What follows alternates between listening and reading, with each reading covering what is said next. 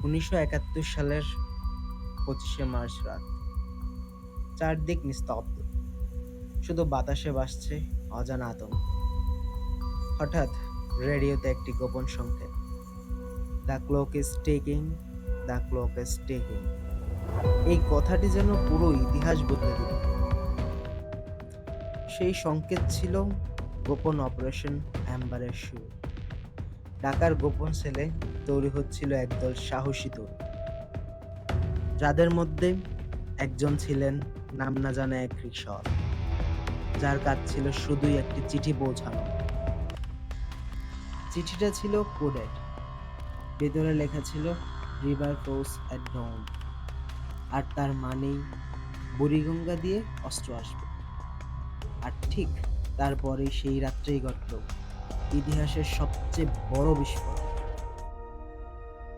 Gorilla বাহিনী সেই সংকেতের উপর ভিত্তি করে হানা দেয় পাক সেনাবাহিনী।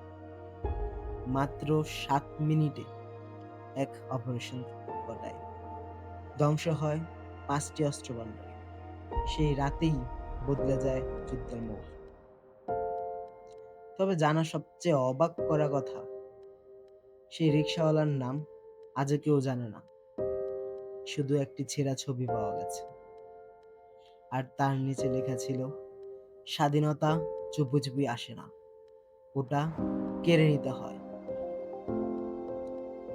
আজ যখন আমরা স্বাধীন দেশে নিঃশ্বাস নেই, ভুলে যাই সেই গোপন বার্তাগুলো, হারিয়ে যাওয়া নায়কদের, আর সেই মুহূর্তগুলো যা না ঘটলে হয়তো আজ আমরা থাকতাম না এই বাংলাদেশে।